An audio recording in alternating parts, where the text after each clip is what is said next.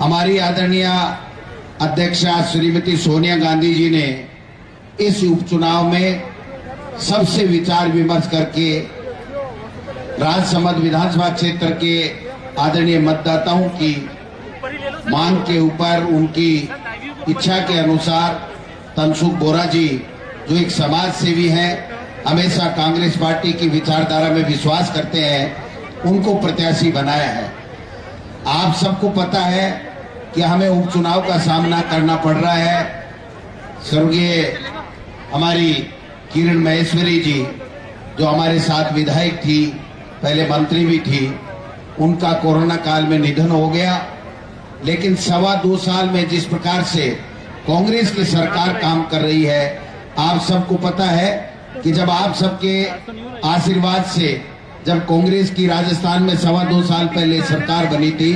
तब वित्तीय कुप्रबंधन भारतीय जनता पार्टी की सरकार छोड़ के गई थी। इसके बाद में जब 12 महीने तक हमारी सरकार ने उसको ठीक करने का काम किया, तो उसके बाद में कोरोना वैश्विक महामारी आ गई और आप सबने देखा होगा किस प्रकार हम घरों में कैद रहे। लेकिन राजस्थान की सरकार ने, उसके मुखिया अशोक गहलोत जी ने जिस प्रकार से कोरोना काल में प्रदेश के लोगों की सुध लेने का काम किया, उनके स्वास्थ्य की चिंता की, आप सब भली भांति जानते हैं। देश के प्रधानमंत्री भी ये कह चुके हैं कि कोरोना काल में जिस प्रकार से राजस्थान की सरकार ने काम किया, मैं समझता हूं अन्य स्टेट्स को भी, अन्य राज्यों को भी उस प्रकार से काम करना चाहिए। अब की बार जो बजट आया, आपने देखा होगा राजस्थान में इतिहास में 70 साल में कभी इस प्रकार का शानदार बजट नहीं हुआ। चाहे मुख्यमंत्री 2 बार अशोक गहलोत जी पहले भी रहे, पहले भी 2 बजट आए, लेकिन अब की बार का जो बजट था, आपने देखा होगा इतना शानदार बजट, किसानों को, गरीब को, सारे ग्रामीण क्षेत्र को, स्वास्थ्य के प्रति, शिक्षा के प्रति, तमाम चीजों में रियायतें देते हुए बजट दिया। और उसके साथ साथ ये कहा कि आने वाले समय में हम लोग इस प्रकार का किसान के लिए कृषि का अलग से बजट देंगे। जो स्वास्थ्य बीमा योजना है, मैं समझता हूं विश्व में नहीं, हिंदुस्तान में, विश्व में कहीं भी इस प्रकार का कोई स्टेट आपको नहीं मिलेगा कि स्वास्थ्य बीमा योजना जिस प्रकार की राजस्थान के मुख्यमंत्री जी ने पेश की है, इस सब का लाभ आम लोगों को मिले, विकास की आपके यहाँ गंगा बहे, सरकार की मजबूती आपके आशीर्वाद से ही संभव है। आपने देखा होगा किस प्रकार केंद्र की सरकार सुनियोजित षड्यंत्र के तहत चुनी हुई सरकारों को गिराने का षड्यंत्र करती है, किस प्रकार से किसानों के साथ में भेदभाव करती है। आज जो 3 काले कानून केंद्र की सरकार लेकर के आई है, वो किसानों को जबरदस्ती कानून पिलाने का काम कर रही है, जबकि वो किसान के फायदे का सौदा नहीं है, वो केवल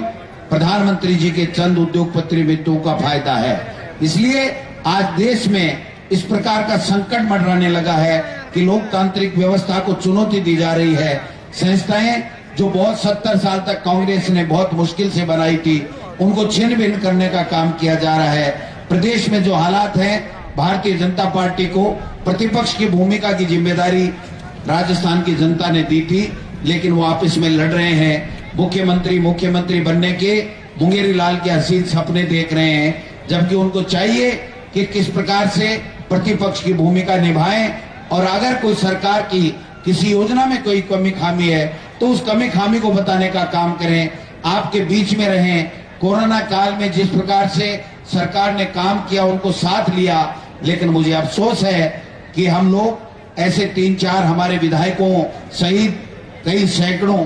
हमारे साथियों को कोरोना काल से नहीं बचा सके। लेकिन फिर भी हमारी चाहे मृत्यु दर हो, चाहे हमारे टेस्ट की बात हो, ये पूरे देश में सबसे शानदार रही है। इसलिए मैं आपसे आग्रह करना चाहता हूं, कांग्रेस पार्टी के कार्यकर्ताओं से, जो हमारे कांग्रेस पार्टी की सरकार बनाने में अपना सर्वोच्च न्यौछावर करके उन्होंने 2.25 साल पहले सरकार बनाई थी, अब 2.5-3 साल आपकी सरकार है, आपके लिए यहाँ विकास के काम हो, आपकी अच्छी जो योजनाएं सरकार लॉन्च कर रही है, उसका फायदा आम गरीब आवाम में, ढाणी में, छोटे छोटे टुकड़ों में बैठे हुए लोगों को भी मिले, और गरीब को ज्यादा से ज्यादा कैसे फायदा मिले, इसके लिए आपको सरकार को मजबूती देने के लिए यहाँ से जो प्रत्याशी बनाए गए हैं कांग्रेस पार्टी के द्वारा तनसुख बोरा जी जो एक समाज सेवी व्यक्ति है, हमेशा आपके सुख दुख में भागीदार रहते हैं, चाहे स्वास्थ्य संबंधी सेवाएं हो, चाहे शिक्षा संबंधी बात हो, वो हमेशा अपनी मदद करते रहते हैं। आज एक मौका आया है सरकार को मजबूती देने के लिए और इस भारतीय जनता पार्टी के केंद्र की सरकार मोदी जी और अमित शाह को बताने के लिए कि आप जो तानाशाही कर रहे हो, महंगाई कम नहीं कर रहे हो, महंगाई का वादा करके कम करने का वादा किया था, आज कम नहीं कर रहे हो, आप किसानों को परेशान कर रहे हो, 120 दिन से ज्यादा हो गए लेकिन किसान की सुनने वाला नहीं है। आज ईडी के छापे आप देख सकते हैं, सीबीआई का दुरुपयोग, ये आम बात हो गई है। 4 उपचुनाव होने थे लेकिन आप सब इस बात के गवाह हो कि 3 उपचुनाव हो रहे हैं, एक उपचुनाव जानबूझ के डांटा गया है। आप समझ सकते हो किस प्रकार से संवैधानिक व्यवस्थाओं का दुरुपयोग किया जा रहा है। मैं समझता हूं ये समय है, ये मौका है, आप सरकार का सहयोग दें, सरकार के हाथ मजबूत करें और अगर सरकार मजबूत होती है तो आपके यहाँ विकास की गंगा बहेगी, आपके व्यक्तिगत काम भी होंगे, किसान भी खुशहाल होगा, नौजवानों को, बेरोजगारों को भी नौकरी मिलेगी, माताओं बहनों के लिए भी अच्छी अच्छी योजनाएं आने की बात है। तो मैं समझता हूं